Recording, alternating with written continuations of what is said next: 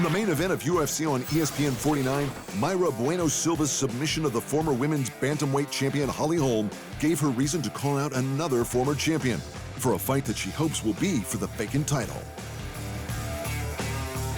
Holm pushed early with her usual blitzes, but Bueno Silva held her own with inside leg kicks and they exchanged for the first round.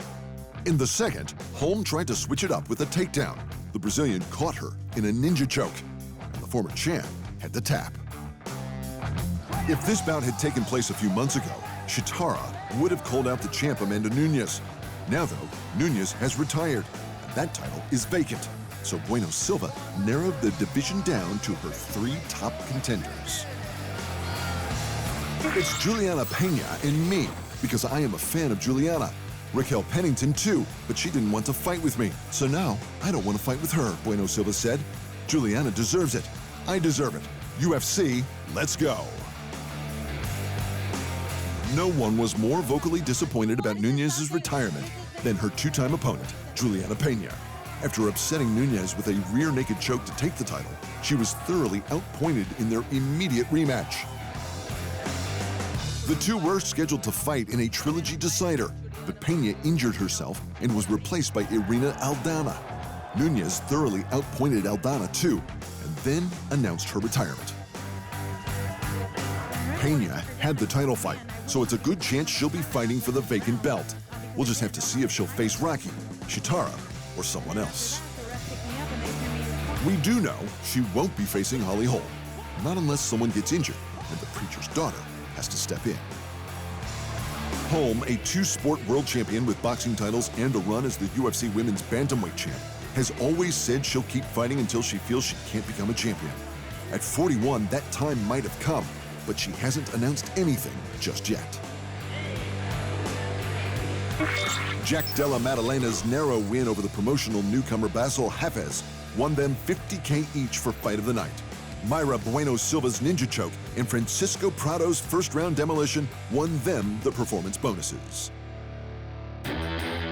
In other MMA news, the middleweight champion Israel Adesanya looks to have been making amends in the last few weeks for some bad past interactions. But he's not apologizing for himself.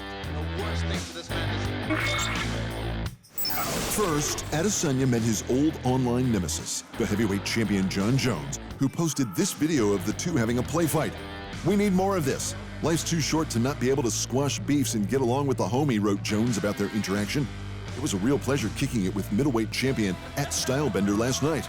Wish my man nothing but the best moving forward. #respect. Still, it would have been nice to see this play out in the cage when Jones was still a light heavyweight.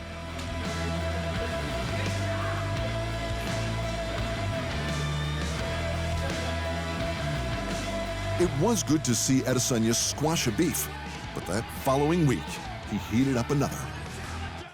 Dricus du Plessis scored a victory over Robert Whittaker to become next in line for a shot at the title, and Izzy confronted him right there and then with a tirade of racial slurs. "I manifest for myself, and I make sure I do the work to get that manifestation right," he explained of his good intentions. "I was giving him energy, like, yeah, positive affirmations like, let's go. But yeah, when that happened, I just lost my." And the UFC light heavyweight division can't catch a break. Jamahal Hill has had to vacate the title. The champ has ruptured his Achilles tendon and will be out of action indefinitely. Vacating titles is extremely rare, but it's the 3rd time in 3 years for the light heavyweights. The previous champ, Yuri Prochazka, relinquished the strap due to a serious shoulder injury. And before then, Jon Jones vacated after a lengthy contract dispute. What happens next has not been announced. Thanks for watching. And remember, if you want more fight sports in your life, just hit the subscribe button.